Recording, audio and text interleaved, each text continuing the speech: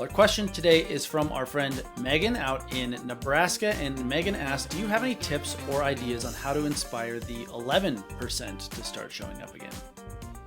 Very good, Megan. So the 11%, of course, if you guys remember back to the episode earlier this season, you have the 7% who do almost everything in the church. You have the 82% who are still showing up at some point, but drifting out generally and don't always show up.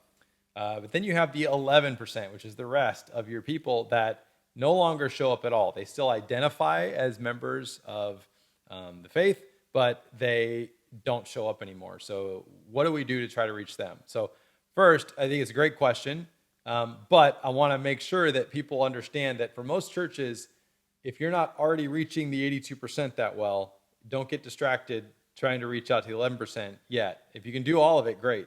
But the 82%, this is one of the key distinctions with this sort of crude breakdown of the 7%, the 82%, and the 11%, is that the 82% are still showing up. They're sitting, again, pre-COVID, but hopefully after COVID as well, if we do it right.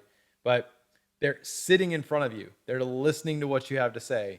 They are there on Sunday, but sometimes, not all the time, but sometimes.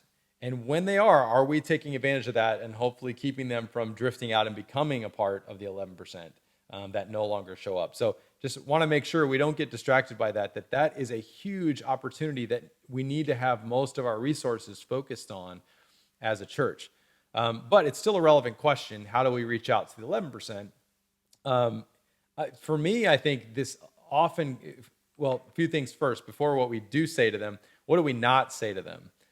So this is where you don't want the 11% still on your capital campaign emails that go out. The more insider info kind of stuff that is not going to appeal to them. This is where it's helpful to really segment those lists and to make sure that your communications are saying the right thing to the right group of people within your community.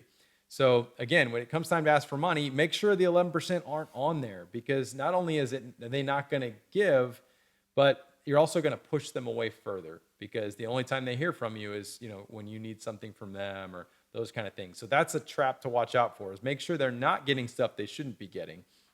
But I think this largely lies within the realm of building personal relationships with those people first. So it could be an invite. They could get an email. You could target them with communication that it would be something they'd be interested in. Hey, just so you know, we've got this going on this year. We'd love to see it. Is there any of these sound interesting to you? You just might word it differently, knowing that it's somebody that hasn't showed up to something in a long time, right? But I think it's also a great opportunity to pull up that list of people and call them up and get to know them and ask them what's going on in their life. You could ask them why they haven't shown up in a while. Make sure they're doing okay, but make sure the point is not what they can do for you, and we want you to show up, but that we care about you and what's going on in your life.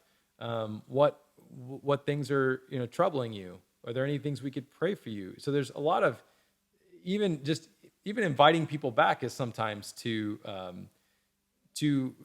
forward of a step if they haven't been around in a while. Sometimes it's just like, what can I do for you?